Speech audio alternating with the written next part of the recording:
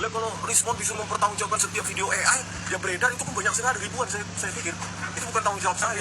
Yang langkah Pak JK mengambil langkah laporan polisi, video yang soal pertemuan dengan Bang Andi Aswan tadi itu yang selesaikan dulu pendananya. Saya di sini korban kok diminta mengklarifikasi. Di mana? Itu kan logical fallacy. Saya tidak tahu tuh. Ya. Tapi apapun bantahannya, dia hanya mengatakan itu bukan lakukan, tapi tidak membantah isinya.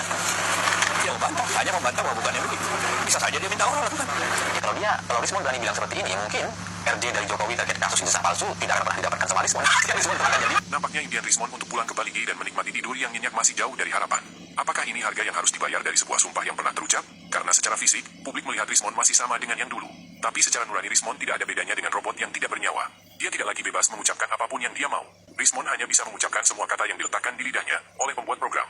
Di satu sisi, dia harus bicara agar terlepas dari ancaman pidana yang dilaporkan Yusuf Kala, tapi di sisi lain, dia harus menjaga skenario yang disusun oleh setidaknya relawan Joko Widodo. Kasus ijazah Jokowi harus terus dibungkus dalam bingkai seolah-olah skenario politik, dan harapan terbaik mereka ada di tubuh Rismon. Simak video ini sampai selesai, dan lihatlah bagaimana skenario ini disusun, yang pada akhirnya harus hancur di tangan seorang saudagar Bugis Makassar, yang terkenal piawai dan bertangan ingin menyelesaikan masalah-masalah yang disebarkan secara masif oleh YouTuber Nusantara dan relawan Jokowi lainnya, serta video buatan AI yang diduga dibuat oleh channel bernama Musik Ciamis, secara terang-terangan menyebut bahwa Rismon menuding Yusuf Kala salah satu tokoh di balik isu ijazah Jokowi. Ini saya ceritakan dulu kronologis sampai kenapa Pak JK mengambil keputusan serius untuk mengambil langkah hukum. Ya, silakan.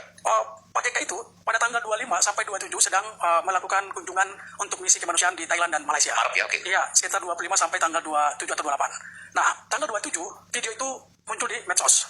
Itu sudah mulai tuh main di medsos, mulai dikomentari, dan itu tidak ditanggapi karena Pak JK masih di sana. Pulang sampai ke Indonesia ini mulai ramai.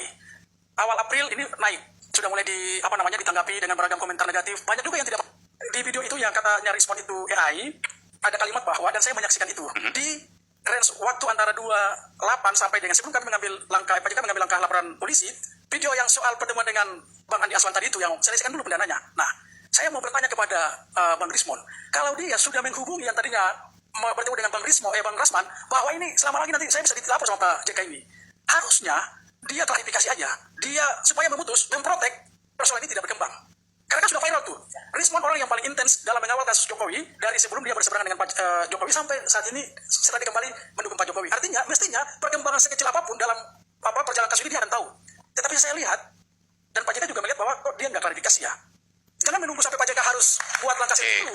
Jadi itu poin menurut Pak JK. Jadi Pak JK itu, ini soal hal kecil, remeh-temeh. Dia tidak mau mengurusi hal ini. Karena Bang Aiman, Pak JK itu hari ini kesibukannya untuk agenda kemanusiaan. Dia tidak terbatasi hanya mengurus dalam negeri, tapi pikiran dan tindakannya dibutuhkan di luar negeri. Dengan bukti Pak JK diundang ke Thailand, ke Malaysia. Waktu perang Iran, Dubes Iran 2 kali berkunjung ke kediaman Pak JK. Ini hal yang kecil, tapi kan nggak mungkin Pak JK harus telepon si. Jadi intinya begini, satu yang Pak JK merasa keberatan adalah ribuan komentar itu, satu. Ya. Yang kedua, kenapa Bung Rismon tidak mengklarifikasi? Ya, kenapa tidak Kalau itu AI. Oke, sekarang saya tanya, Anda yakin bahwa itu AI? Gini, saya ada videonya nggak sih? Boleh nggak kita putarkan? ada videonya sebenarnya. Ada. Coba nanti kita, supaya kita jelas di sini ya. Coba nanti saya mintakan nanti mungkin di segmen selanjutnya kita bisa putarkan. Jadi silakan. Oke, Bang Aiman. Saya belum bisa meyakini bahwa itu AI. Oh, Anda belum yakini? Ya, saya belum bisa meyakini bahwa itu AI ya. Dan itulah kita jadikan sebagai bukti untuk melaporkan. Karena kenapa di situ dalam fakta video itu ada suara, ada gambar, ada aktivitasnya Pak Jokowi juga, dan itu menyampaikan itu. Saya tidak punya keahlian untuk memvalidasi bahwa itu AI. Kenapa saya menjelaskan ini? Karena yang rangkaian peristiwa tadi, ada video, terus ada pertemuan dengan Bang Andi Aswan, bahwa yang selesaikan dulu pendananya. Lalu setelah kami laporkan, baru dia muncul melakukan klarifikasi.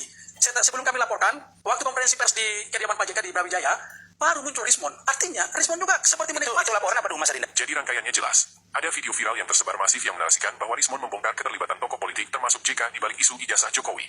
Rismon memang muncul di media di channel Andi Aswan. Namun alih-alih membantah telah menyeret nama Yusuf Kala, Rismon justru membenarkan bahwa dia sudah meminta ke penyidik Polri untuk membongkar apa yang oleh Rismon disebut sebagai bohir. Dan oleh kubu JK, pernyataan itu ditanggapi seolah Rismon membenarkan adanya tokoh politik yang menjadi bohir Roy Suryo dan kawan-kawan. Jadi yang diinginkan oleh kubu JK sesungguhnya bukan hanya mengakui bahwa video yang menyeret nama Rismon dan JK itu adalah buatan AI. Yang dibutuhkan kubu JK adalah pengakuan bahwa Rismon tidak pernah menyebut nama JK sebagai salah satu dari yang dia sebut sebagai bohir.